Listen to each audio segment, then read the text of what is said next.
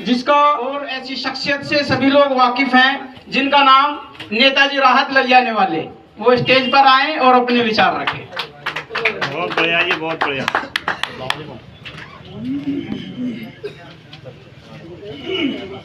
अस्सलाम वालेकुम। दूर दराज से आए सभी सम्मानित साथियों, सभी का दिल की गहराइयों से खैर मकदम करते हैं। सम्मानित साथियों, हम भी इधर आधर चले गए, जो अभी नासिर भाई ने बताया, सारी टीम बिखर गई। उसके अलावा किसी ने पाने की भी कोशिश नहीं करी। साथियों, ये पार्टियां तो बनती बिगड़ती हैं। जिस वक्त नेशनल लोकमत पार्टी उरूज की जानिब चली, तो साथियों, जो देश के मुल्क आजादी के बाद आज तक सत्ता में रहे, उनके पास पैसे की कोई कमी नहीं है। तो मेरे साथियों, वो तुम्हें खत्म करने के लिए बार बार ऐसी पार्टियां बनी हैं। एक बार मुस्लिम लीग इतने उरूज पर आई, इतने उरूज पर आई, जब मुल्क की सत्ता आने के करीब वो पहुंच गए, तो उनके सामने इन्हीं पैसे वाले पूंजीपतियों लोगों ने मुस्लिम लीग के सामने मुस्लिम मजालिस बनाकर खड़ी कर दी। मुस्लिम लीग के मुस्लिम मजालिस ने 70 विधायक दूसरे नंबर पर कर दिए। तो मेरे साथियों, नेशनल लोकतांत्रिक पार्टी जिस वक्त उरूज की तरफ चली, तो मेरे साथियों पता लगा कोई पीस पार्टी आई है। एक साहब किठौर में भी पार्टी लेके आए थे, कहां है पार्टी? जबकि डॉक्टर मसूद को एक विधायक मिले, एक चुनाव में एक एमपी मिले, पहली बार में पीस पार्टी को 4 विधायक मिले थे। कहां है पार्टी मेरे साथियों? और याद रखना, मैं दावे के साथ कह सकता हूं इस बात को, जिस दिन मुस्लिम मजलिस क़यादत की तरफ दी गई, मेरे साथियों मेरा दावा है, कोई तुम्हारे बीच का बड़ी लंबी दाढ़ी होगी, बड़ी ठाड़ी टोपी होगी, मेरे साथियों तुम्हारी क़यादत का ऐलान करेगा, तुम्हें फिर बखेरने का काम करेगा। मुल्क आजादी से आज तक तुम्हारे साथ यही हुआ है, यही खिलवाड़ हुआ है। मुल्क आजादी से आज तक मेरे साथियों, जिन्हें तुमने वोट दिया बीजेपी हराने के नाम पे, 70 साल से तुमने बीजेपी हराने के नाम पर वोट दिया, क्या बीजेपी हारी? क्योंकि ये लोग चाहते थे, ये सत्ता में रहने के बाद भी इनका मकसद था कि बीजेपी आरएसएस के लोग अगर जिंदा रहेंगे तो इनका डरियाया मुसलमान हमें वोट करेगा। कहीं अगर ये लोग इख्तियार में खड़े हो गए तो इनको मालूम था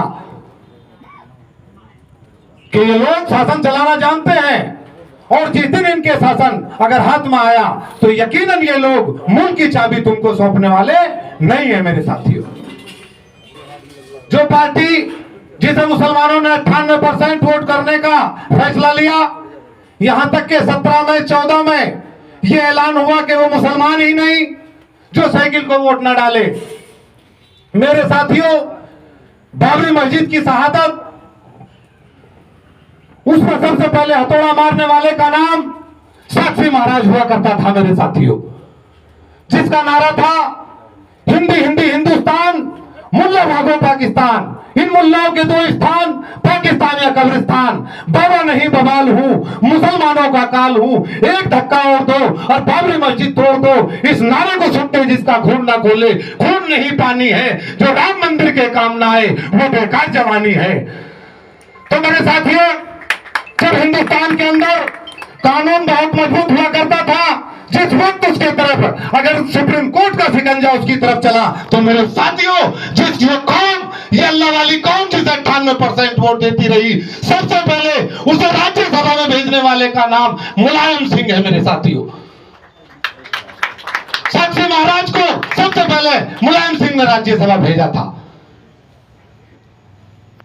एक बार हाजी याकूब कुरैशी जी का चुनाव चल रहा, मैं संचालन कर रहा, एक बेचारे आए, बड़ी ठाड़ी टोपी, मैं संचालन कर रहा, मेरे पास में, उन्होंने कौन नहीं बजे ऐलान करो मंत्री जी आएंगे।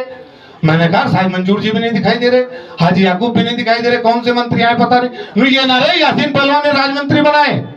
मैंने कहा तो 7 दिन मेरे साथ गाड़ी में बैठा फिरे, मुझे क्या पता भी मेरे साथ रोटी खावे। तो मेरे साथियों, इस कौम के साथ वो खिलवाड़ करा है, राजमंत्री बनाए, घर घर मेरठ में लाल बत्ती बांट दी गई। जब एमएलसी बनाने का नंबर आया तो पूरब से राकेश यादव लाए गए।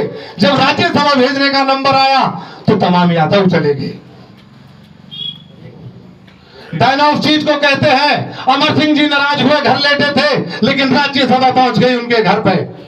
तो मेरे साथियों, देखिए मैं फिर भी सिजल भूल गया, मेरे उस्ताद मोहतरम यहाँ मौजूद है नासिर साहब, उनकी मौजूदगी मुझे तो मैं यही कहना चाहता हूं मेरे साथियों, अगर इक़्तिदार ऐलान हुआ, मेरे साथियों एक कौम इस देश की बड़ी भूखी नंगी थी, उन्होंने अपने लीडर के पास गए, माननीय श्री काशीराम से उन्होंने सिर्फ एक सवाल करा था कि इस देश और प्रदेश के अंदर आखिर हमारा कब तक उत्पीड़न होगा, हम कब तक झेलेंगे इन लोगों की मार जिन्हें दलित भाई कहा जाता है।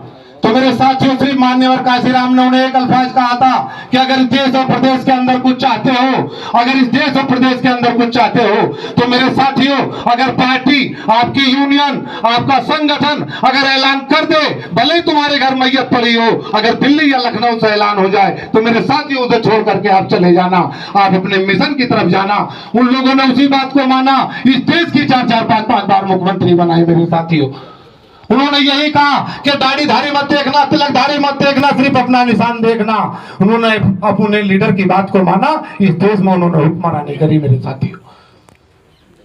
अब यह नंबर आता है, जो बड़ी दाढ़ी टोपी वाला चुनाव हारता है, पार्टी से निकाला जाता है, वो लोग सच्चर कमेटी की मांग करते रामलीला मैदान में, वो सच्चर कमेटी की रिपोर्ट की मांग करते नौचंदी मैदान में। आओ भी नौचंदी में मैं सच्चर कमेटी की, अरे भले आदमी तू 5 साल वाले संसद में वहां तो तने एक दिन नहीं मांगी सच्चर कमेटी की रिपोर्ट की मांग, अब तुम यहां कर रहे हो जो पार्टी से निकाले गए।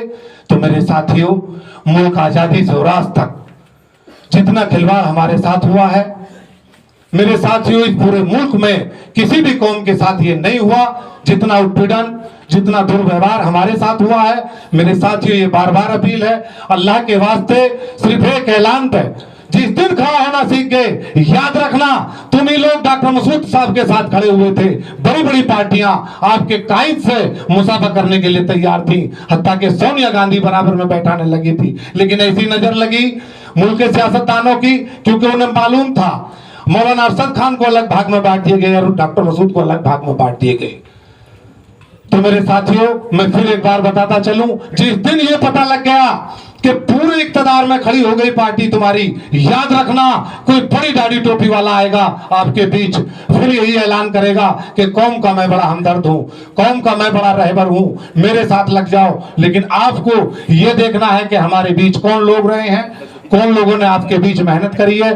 देखिए मैं एक शेर के साथ अपनी बात खत्म करूंगा कि जरूरत है एक सफ हो, एक कायद हो, जरूरत है एक सफ हो, एक कायद हो, एक परचम हो, बिखरी हुई कौमों को कर्रोफर नहीं मिलता, समझती क्यों नहीं आखिर कौम मेरी यह नुक्ता, लूट जाते हैं वह राही जिन्हें रहबर नहीं मिलता। अस्सलाम वालेकुम।